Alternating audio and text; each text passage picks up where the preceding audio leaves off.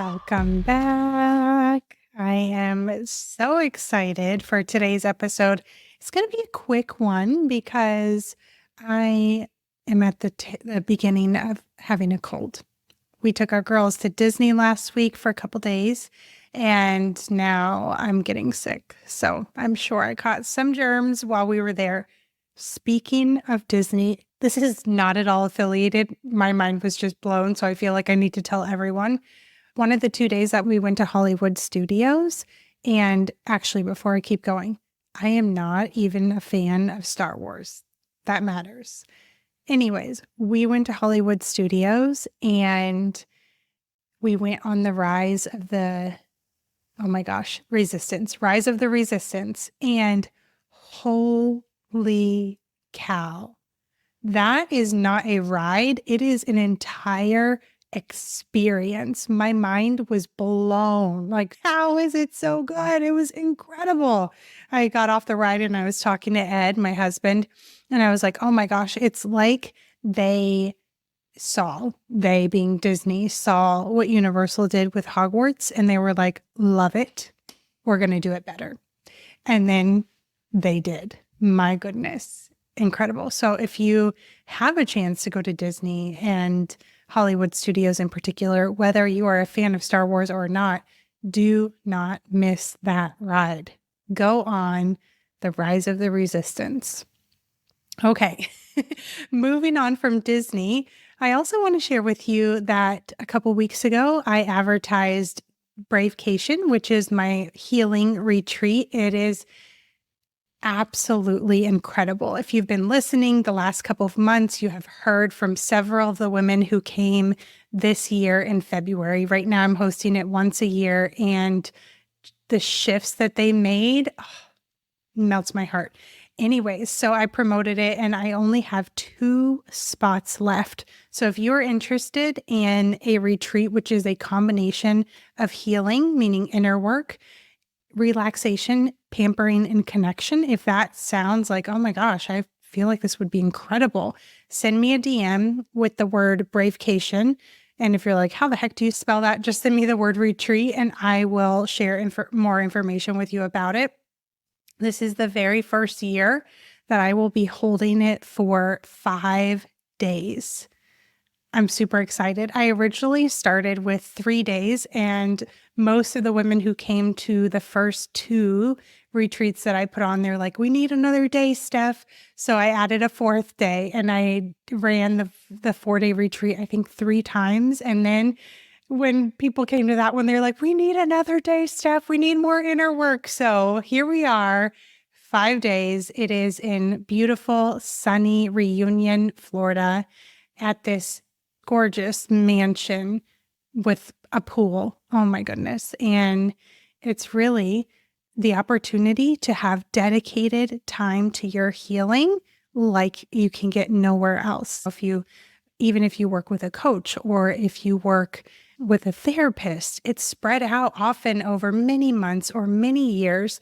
And this is just all in a short period of time, which is very life-altering for people. That aside, if you're interested, DM me the word retreat or Bravecation, and we will see if you are a good fit for it. Now, let's keep going. Today's episode. If you are human, and you are, if you're listening, correct, and you speak to other humans, this is for you.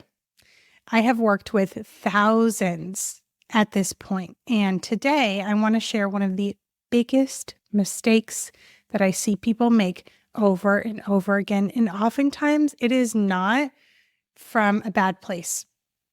It's just so ingrained in people's behavior, they don't even realize they're doing it. And it's very commonly glossed over. But first, before I go into all of those details, if you were raised by an emotionally immature, narcissistic, or toxic mother, this is even more relevant for you. So make sure you pay attention. Take a moment right now and reflect on your early years, childhood, teenage years, even your early 20s. When you expressed negative emotions or when you expressed that you were unsatisfied or unhappy with a situation, or when you expressed that something bad had happened that you didn't want to happen, how were you responded to? How were you responded to by your mother and or your father? Was the situation met with empathy? We're going to get through this. Was the situation met with understanding, where you felt like, oh, they really get me and they're going to be here for me? Was the situation met with validation? For example, it makes sense that this feels heavy. What do you need right now to feel supported? How can I help? If you were raised by an emotionally immature, narcissistic, or toxic mother, I am willing to bet that the answer to those questions that I just asked is no. Someone who has these characteristics has very little to no tolerance for holding space for other people. They have little to no tolerance for holding space for somebody going through something difficult. And I know that you get that. What was more likely the response that you received? I'll give some examples, and you can let me know if this resonates. Oh, you think this is hard? Just wait until ... fill in the blank. Oh, it's not that big of a deal. And maybe sharing something that is way more of a big deal. Or they might say that person or thing wasn't that great anyway. That situation wasn't that great anyway. Or they might respond with something difficult that they are going through and essentially one up you. How are these resonating? How many times have you been responded to in this way? Have you experienced all of them? Some of them? I'm willing to bet all of them, but here's some other common responses. Maybe trying to make you feel better or look for the silver lining. And it could be as simple as saying, like, as you're talking and describing everything, like, oh, that's the silver lining. And even if that's not how you're seeing it, or maybe trying to replace your feelings with happier ones. How is that resonating? When you really sit down and you think about your life, how frequently have others responded in that way? I am willing to bet rather frequently. And if this isn't something that you've reflected on before, you might have not even thought too much about it. And now, if you reflect on it today, you're like, oh yeah, when people respond, I don't feel good. How do you feel in those relationships, in those moments in particular? Do you feel connected, loved, cared about? Probably none of these, right? Here's the thing though. If you were raised by someone who showed up in this way, the likelihood that you also do this, whether you recognize it or not, is high. Whether you realize you're doing it or not, it may be causing other people in your life to feel disconnected from you. And they may question, how much does she care? Maybe never saying it out loud to you. If you think that this could even possibly be you, what I encourage you to do is share these insights with somebody that you love and specifically ask them for feedback, which could be as simple as, here's what I learned on the Broken to Brave podcast from Dr. Steph today. How often do I show up in this way? And if that person says you don't, ask, if I did, would you feel comfortable telling me? Just trust me on this one. If they say, no, you don't show up that way, then you follow it with, if I did, would you feel comfortable telling me? What I've seen is that even if people respond in this way, when you ask that additional question, they are more likely to be honest and say, no, actually, I wouldn't. That's been my experience.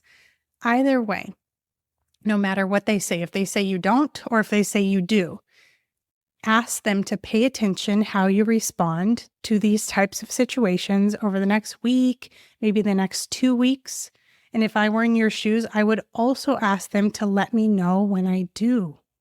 But here's the thing, make sure that you talk about how you want them to let you know, because you don't want them to respond in a way like you're doing it and you get defensive or something.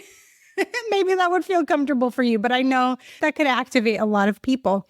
So brainstorm some ways that would feel comfortable, even if it's silly. Even if you're like, okay, if you spot me doing it, say green tree or pineapple or sunshine, whatever you want, come up with something where they're going to call you in when you do not hold space for others and you try to look for the silver lining or invalidate them or one-up them or make them feel better.